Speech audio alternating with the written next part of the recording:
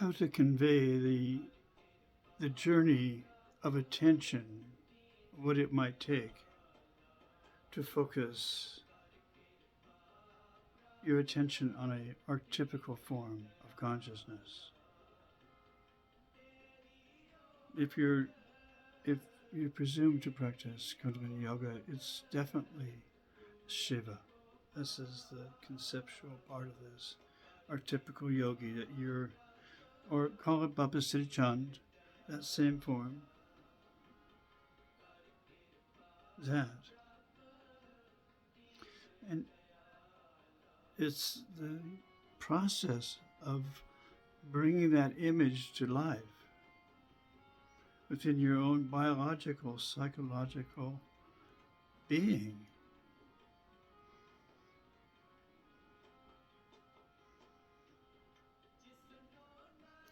And it has to be complete. It has to be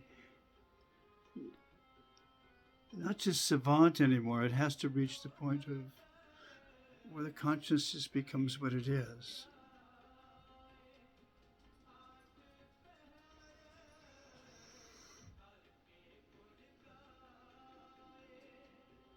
And at this point of consciousness, everything, the kriyas, the fields of movement are totally automatic. There's no conscious volition here.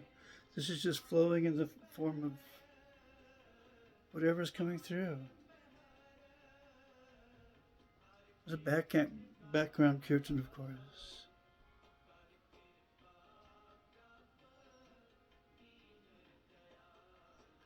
And it's a relatively peaceful place. And once I allow that to permeate my body,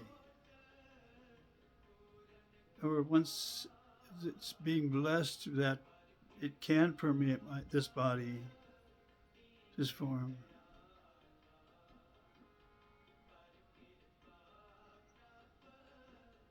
and it seems to animate the energetic fields in my body as my imagination allows this expanded form of consciousness to move through this biological form and, in a sense, heal it, create new channels of energy, ways of thinking.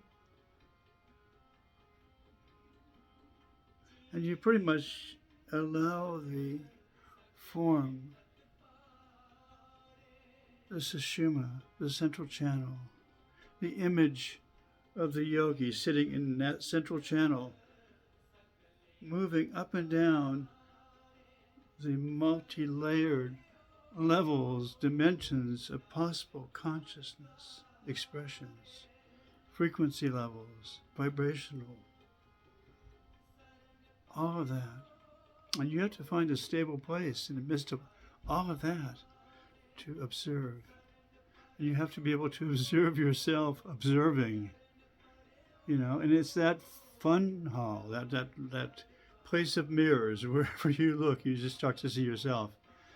That's when you start getting close to the reality here.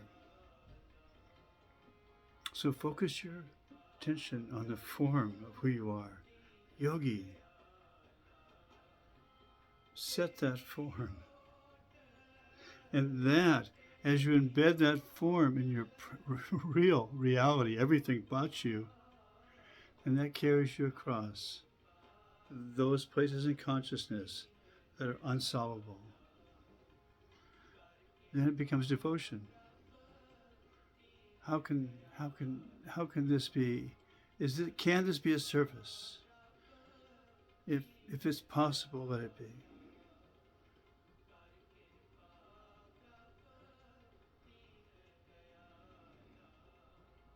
And of course, it's self-serving as well, because it heals me. It allows there has to be an archetypical DNA form here that, was kind of the idea of these trail of ancestry to who we are now on each personal basis. The idea that archetypical must be there, the idea, and align yourself with that archetypical. and that archetypical form should be somewhere. And if it's not, then maybe that's where we can go into some genetic detailing on this, you know. But it should be there as a perfect idea of it anyway, somewhere stored in this genetic form, or at least the idea towards what that might look like. And I think that's the idea of this coding. See what it might look like. What's the archetypical form of your consciousness as it progresses through, well, entropy and evolution, which is a big, big deal. So it's the way of stabilizing this personality, biological, psychological construct to yourself that allows you to become real to yourself. And then you can start listening to yourself and then implementing some of these lessons. And I'm talking to you, myself.